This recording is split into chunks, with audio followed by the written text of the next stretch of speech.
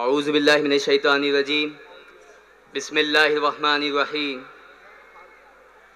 آج جیسے کہ آپ سب کو پتہ ہے کہ مجلس اتحاد المسلمین آپ کے درمیان میں آئی ہوئی ہے۔ مجلس اتحاد المسلمین کا آپ کے درمیان میں آنے کا مقصد آپ کو حالات حاضرہ سے واقفیت کروانا، آپ کو ملی اور ملکی مسائل آپ کے سامنے رکھنا، آپ کے سامنے اسمبلی اور پارلیمنٹ میں ہونے والی سازشوں کو بے نقاب کرنا، آپ کو آپ کے ووٹوں کی اہمیت بتلانا، یہ مقصد مجلس اتحاد المسلمین کا ہے۔ ملک کو آزاد ہوئے تقریباً 70 سال ہو گئے، ایک نہیں، دو نہیں، تین چار پیڑھیاں ہمارے سامنے گزر گئیں۔ ہم نے ہر الیکشن اور انتخابات کے موقع پر ٹیکٹیکل ووٹنگ کے نام پر، حکمت کے نام پر بزدلی کا مظاہرہ کرتے ہوئے کبھی ہم نے کانگریس کو ووٹ دیا تو کبھی ہم نے راشٹروادی کانگریس کو ووٹ دیا، کبھی ہم نے سماجوادی کو ووٹ دیا تو کبھی ہم نے عام آدمی پارٹی کو ووٹ دیا۔ اس طرح حکمت کے نام پر، ٹیکٹیکل ووٹنگ کے نام پر بی جے پی اور فاسسٹ طاقتوں کو اقتدار سے دور رکھنے کے لیے ہم مسلسل 70 سال سے زائد ہو گئے ہیں انہی پارٹیوں کو ووٹ دیتے آ رہے ہیں اور انہی کے نمائندوں کو پارلیمنٹ میں، اسمبلیز میں اور کارپوریشنز میں بھیجتے رہے ہیں۔ لیکن اس کے عوض میں ہم مسلمانوں کو، دلتوں کو، S T O B Cs کو، پچھڑی جاتوں کو، بیکورڈ کلاسز کو کیا ملا؟ تو آپ کے سامنے ملک کی 70 سالہ تاریخ گواہ ہے کہ کبھی ہم کو فسادات ملے، کبھی ہمارے مقدر میں موب لنچنگ آئی، کبھی ہمارے مقدر میں بلڈوزر آیا، کبھی ہمارے مقدر میں آتنکواد اور دہشت گردی کے نام پر جھوٹے مقدمات آئے، کبھی ہم کو بے قصور نوجوانوں کو جیلوں کے اندر ٹھوس دیا گیا۔ جیل، سلاخیں، غربت، بے روزگاری، نشہ، یہ ہمارا مقدر بنا کر رکھ دیا گیا۔ عزیزان ملت، 70 سال کا وقفہ کوئی کم وقفہ نہیں ہے۔ ہمارے بڑے، ہمارے بزرگ تمام اس بات سے واقف ہیں کہ 70 سال ایک طویل عرصہ ہے۔ اس طویل عرصے میں ہم نے کچھ نہیں کھایا، ہمارا ریزرویشن ختم ہو کر رہ گیا، ہمارے تحفظات ختم ہو کر رہ گئے، ہمارا کانسٹیٹیوشنل جو گارنٹیز تھے، آئین نے، دستور نے، ڈاکٹر بابا صاحب بھیم راؤ امبیڈکر کے قانون نے جو ہم کو تحفظات دیے، جو ہم کو ریزرویشنز دیے، جو ہم کو آرکشن دیے گئے، اس کو ختم کر کے رکھ دیا گیا۔ لیکن اس کے باوجود بھی ہم ہیں کہ بیدار ہونے کا نام نہیں لے رہے ہیں، ہم ہیں کہ ٹیکٹیکل ووٹنگ کا پیچھا چھوڑنے کی بات نہیں کر رہے ہیں، ہم ہیں کہ ان نام نہاد سیکولر پارٹیز کا پیچھا اور ان کی چمچہ گیری اور ان کے دری بچھانے کا کام نہیں چھوڑ رہے ہیں۔ حضرات گرامی، اگر آپ نے چند روپیوں کی خاطر اپنے ووٹ کا سودا کیا، اگر آپ نے بے ضمیری کا اور بزدلی کا اور مردہ دلی کا مظاہرہ کیا گیا تو 70 سال کا وقفہ اگر آپ کے لیے کافی نہیں ہے تو بیرسٹر اسدالدین اویسی صاحب صحیح کہتے ہیں کہ یہ رات بڑی طویل لمبی ہے، یہ رات، یہ تاریکی والی رات، یہ اندھیری والی رات، یہ بڑی طویل ہے۔ آپ کے سامنے اتر پردیش مثال ہے کہ فرعون کا ظلم اس کے سامنے یاد تازہ ہو رہا ہے۔ آپ کے سامنے ہماچل پردیش کا ظلم ہے کہ کس طرح کانگریس کی حکومت ہونے کے باوجود وہاں سے ہم کو بے دخل کیا جا رہا ہے۔ آپ کے سامنے مہاراشٹر کی تاریخ ہے کہ اب تو بات یہاں تک آ گئی کہ ناموس رسالت صلی اللہ علیہ وسلم پر بھی اب بکواسیات بکے جانے لگے۔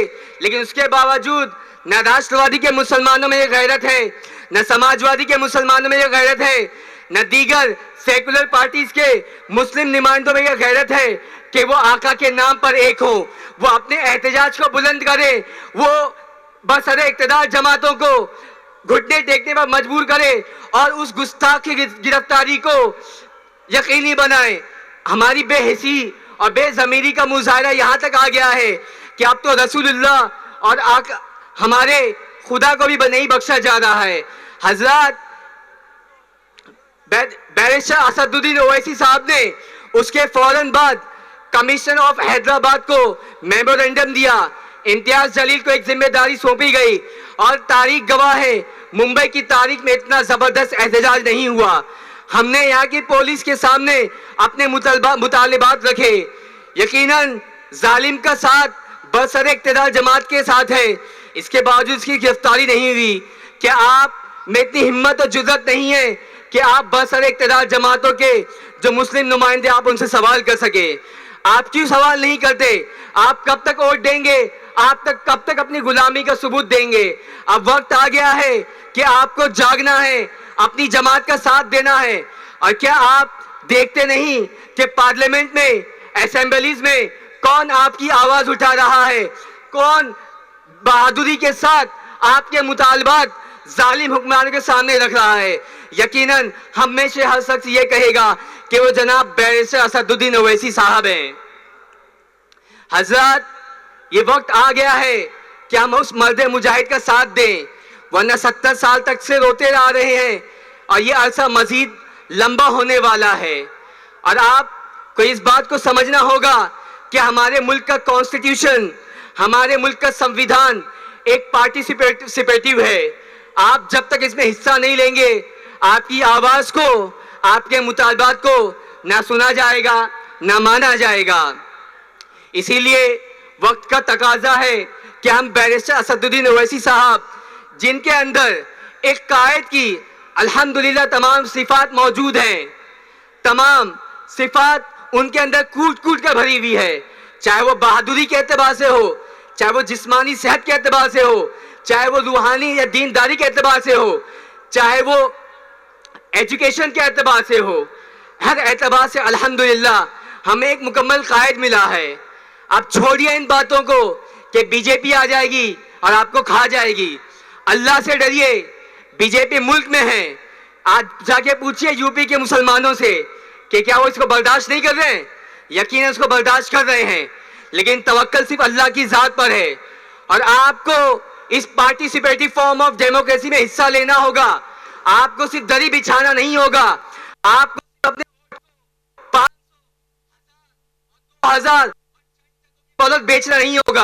جب تک آپ کہیں گے آپ بنیں گے, آپ ڈاکٹر بھیم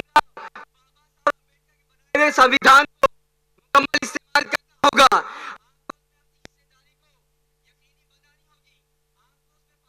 کرنا ہوگا. میں آپ سے یہ التجا کرتا ہوں کہ ابھی ہمارے قائد جناب اکبر الدین اویسی صاحب تشریف لائیں گے. آپ تمام سے مؤدبانہ التماس ہے کہ ان کے بیانات کو سنتے ہوئے جائیں, اور انشاءاللہ تعالی 12 تاریخ کو مغرب رفیع نگر میں آپ اور ہمارے ارد عزیز لیڈر مسلمانوں کی, دلتوں کی, بیکورڈ کلاسز کی, وائس لیس پیپل کی, تمام کی آواز نقیب ملت الحاج بیرسٹر اسد الدین اویسی صاحب 12 تاریخ کو رفیع نگر میں آ رہے ہیں. آپ تمام سے مؤدبانہ التماس ہے کہ اپنے شعر کو سنو, اپنے شعر کو سنو, اپنے شعر کو سپورٹ دو, اس کو مایوس مت کرو. وہ آپ کے لیے لڑ رہا ہے, ظالموں سے پنجہ آزمائی وہ صرف آپ کے لیے کر رہا ہے. اگر آپ نے اس کا بھی ساتھ نہیں دیا تو کل ہم اللہ رب العزت کے سامنے کیا منہ دکھائیں گے؟ آپ اور ہم تمام کی دینی ذمہ داری ہے کہ بیرسٹر اسد الدین اویسی صاحب کے ہاتھ کو, ان کا ہاتھ بنے, ان کا پیر بنے, ان کے کندھے کو مضبوط کریں. انہی چند باتوں کے ساتھ میں اپنے بات کو ختم کر رہا ہوں کہ وطن کی فکر کر ناداں, مصیبت آنے والی ہے, تیری بربادیوں کے مشورے ہیں آسمانوں میں. ذرا دیکھ اس کو جو کچھ ہو رہا ہے, ہونے والا ہے, رکھا کیا ہے بھلا عہد کہن کی داستانوں میں. یہ خاموشی کہاں تک لذت فریاد پیدا کر, یہ خاموشی کہاں تک لذت فریاد پیدا کر. زمین پر تو ہو اور تیری صدا ہو آسمانوں میں.